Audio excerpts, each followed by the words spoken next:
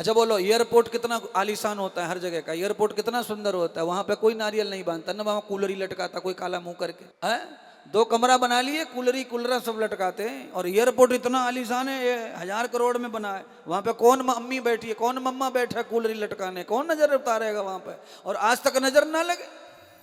बंधुओं, दुनिया की कोई भी पूजा करो, कोई भी पाठ करो, पर किसी का अहित करने के लिए, दुश्मन की किसी को बुरा करने के लिए कोई पूजा पाठ मत करो।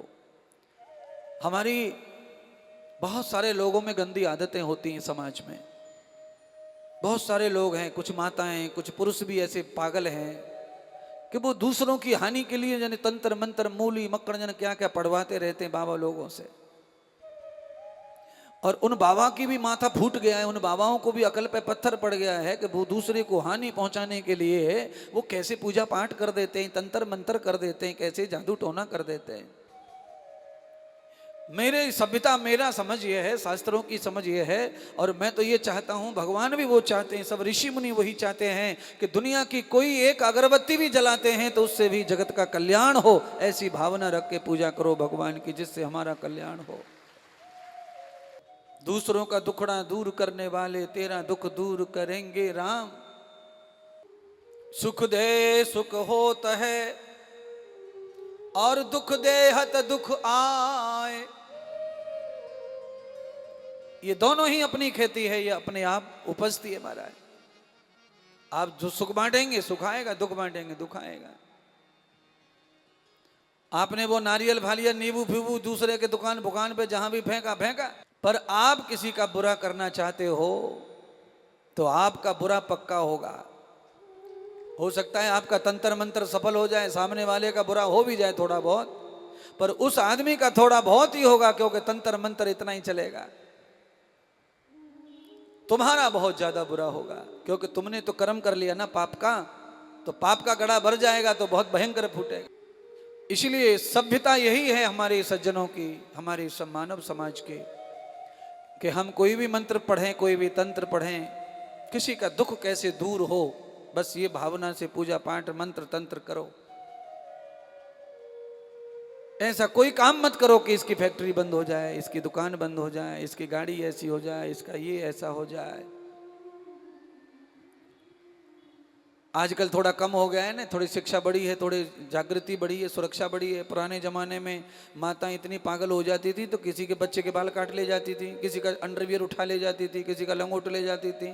उससे किसी को ऐसा लगता था कि अब हमारा बच्चा बीमार हो गया, हमारा बच्चा मरेगा, अब जिंदा ही नहीं रहेगा, इसकी तो अंडरवियर चोरी हो गया, इसके तो बाल कट गए, फलाना हो गया ठिकाना हो गया। ये अंधविश्वास की सारी कथाएं अब खत्म हो गई। अच्छा बोलो, किसी के बाल कट जाए और बाल कटने से किसी को मौत आ जाएगी तो नैया तो सबको ही मार देगा ना। वो तो है भाई, नाई को तो अपन पैसे और देते हैं और इंतजार करते हैं, लाइन में लगकर बैठते हैं, भैया हमारा नंबर कब आएगा, भाई हमारा नंबर कब आएगा, भाई हमारा नंबर कब आएगा। अगर बाल कटने से एक आदमी ऐसे मर जावे दुनिया, तो फिर कहां बचेगी दुनिया, सब तो बाल कटवाते ही। बोलो, और अंडरवियर से खराब चीज कोई नहीं होती कपड़ों में, बताओ। उसे कोई उठा के ले गया तो मम्मी रो रही है, अरे अब तो बेटा को पता नहीं क्या हो जाएगा। मैं कहता हूं सब अंडरवियर ले जान दे, पूरे के पूरे, इसको भोले बाबा की तरह बिना अंडरवियर के घूमने दे, कोई टेंशन मत ले, आजाद हो गया ये, फ्री हो गया ये, ना मर रहा कभी। अब जितना डरोगे उतना जल्दी प्रॉब्लम आता है। इसीलिए कुछ कुछ बात बीच बीच में मुझे बतानी पड़ती हैं, जो बहुत बड़ा अंधविश्वास लेकर तुम्हारे बीच में घूम रही है महाराज। है ये बाल भाल कटने वाला अंधविश्वास है, अभी थोड़ा बहुत कम हो गया है।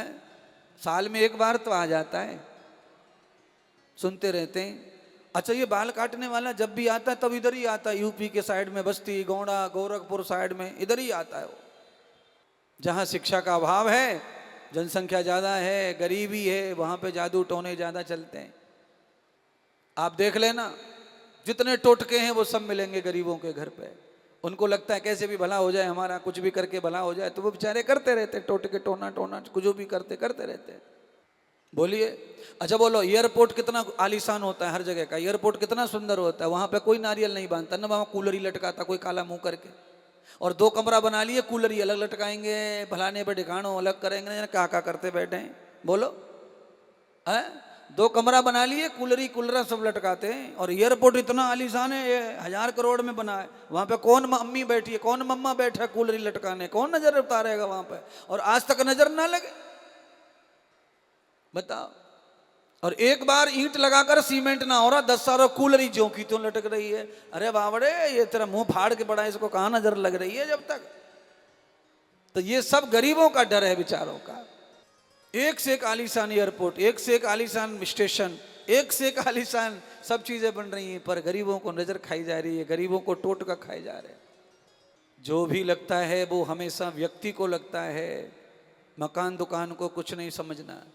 जो भी नजर लगेगी, जो भी दंड मिलेगा वो व्यक्ति को मिलेगा, क्योंकि उसके भाग्य से जुड़ा हुआ संबंध है, जीवन है। तो ये नेगेटिव पॉजिटिव एनर्जी थोड़ा बहुत काम तो करती है मकान दुकान को, पर इतना घबराने जैसा नहीं है आपको, क्योंकि आपने इतना सुंदर और खूबसूरत नहीं बनाया। पर सभी लोग डालते हैं, ये नियम सा बन गया है। जैसे ही छत पड़ेगी, छत डलेगी, चौकट लगेगी, भाई इतना कारो सो पोटला सो बांध देंगे चौकट में, पोटली बांधेंगे काली कपड़े में, जन कहाँ भर भर के बना के, जन कहाँ से मिले वो गुड़िया सी, हमें तो पता हो ना, जन लटकी देखी सबके घर पे। नई चौकट लगाई, स्वास्थ्यिक वास्तविक तो ठीक है, वो तो वास्तु का संकेत, विज्ञान का भी संकेत है स्वास्थ्यिक बनाना, सातिया बनाना, पर वो काली सी पोटली का नहीं पता वो कहाँ से आता माल उसमें। ऐसे अंधविश्वास से थोड़ा ऊपर आओगे तो आपका भला होगा, तुम्हारी उन्नति होगी, तुम्हारा विकास होगा।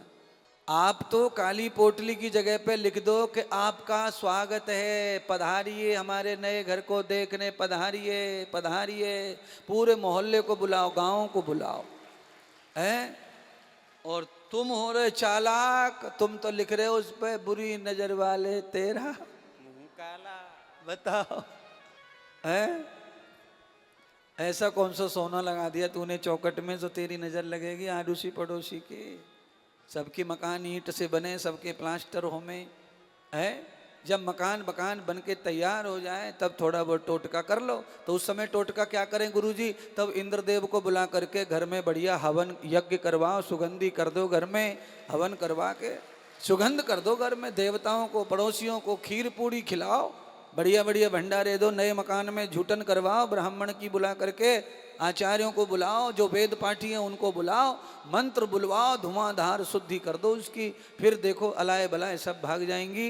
ये काले पीले मटके लटकाने से कुछ होने वाला नहीं है।